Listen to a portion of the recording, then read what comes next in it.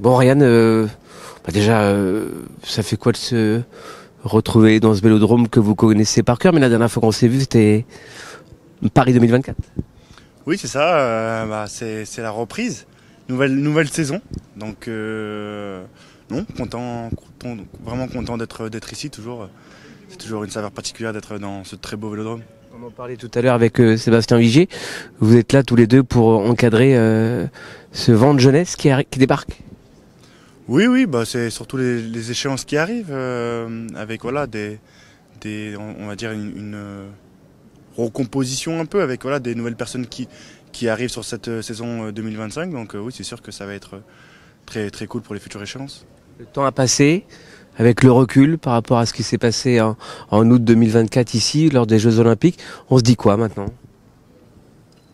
On regarde devant.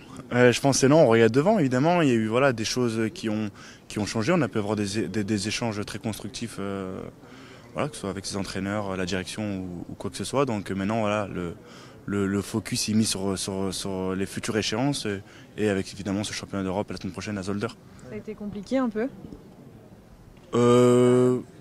Oui, c'est sûr que quand voilà, on n'a pas eu les résultats qu'on voulait, c'est toujours un peu difficile. Mais bon, voilà, maintenant c'est fini, c'est passé. On passe à autre chose. On a parlé avec Sébastien, il nous dit mais je me suis jamais posé les questions d'arrêter. Pareil pour vous, c'est faut repartir de l'avant. Ah oui, je me suis jamais posé enfin j'ai 25 ans. Donc non, je me suis pas posé de question de m'arrêter. Non, c'était voilà, laisser le temps un peu de la digestion. Un peu voilà, de faire cette période de débrief et surtout de se projeter pour l'avenir. Cette équipe de France de sprint en construction ou en reconstruction, comment vous la sentez?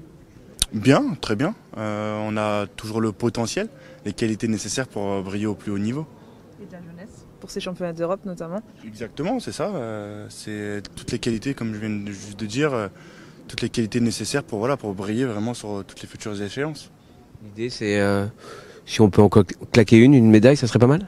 Oui, exactement, c'est ça. Retrouver un peu voilà ce côté avec voilà l'effectif de nouveau des médailles sur des vitesses par équipe, sur des épreuves individuelles, reconquérir ces métaux précieux.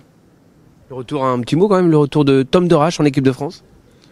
Oui, c'est sûr que l'an dernier il n'a pas couru sous les couleurs de l'équipe de France. Il était quand même là sur l'effectif, donc non, c'est très cool pour lui et je pense que ça va être bien pour Zolder. Vous la sentez comment cette équipe de France? Plus malade, en forme, en reconstruction, comment vous la sentez? Plus malade, je pense pas que c'est un mot pas forcément approprié, je pense.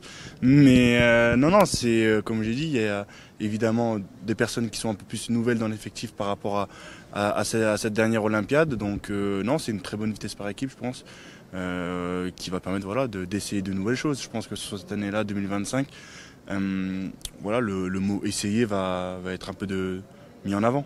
On retrouve en 2025 un Ryan Elal serein. Oui, clairement. Voilà, Paris est fini. Comme je l'ai dit assez de fois, évidemment, c'est pas les résultats que j'espérais, qu'on espérait, que ce soit athlètes et staff réunis. C'était vraiment pas le résultat qu'on s'était fixé. Bon, voilà, c'est fait. Les résultats, on le changera pas, mais bon, voilà, on se concentre tous maintenant sur le futur.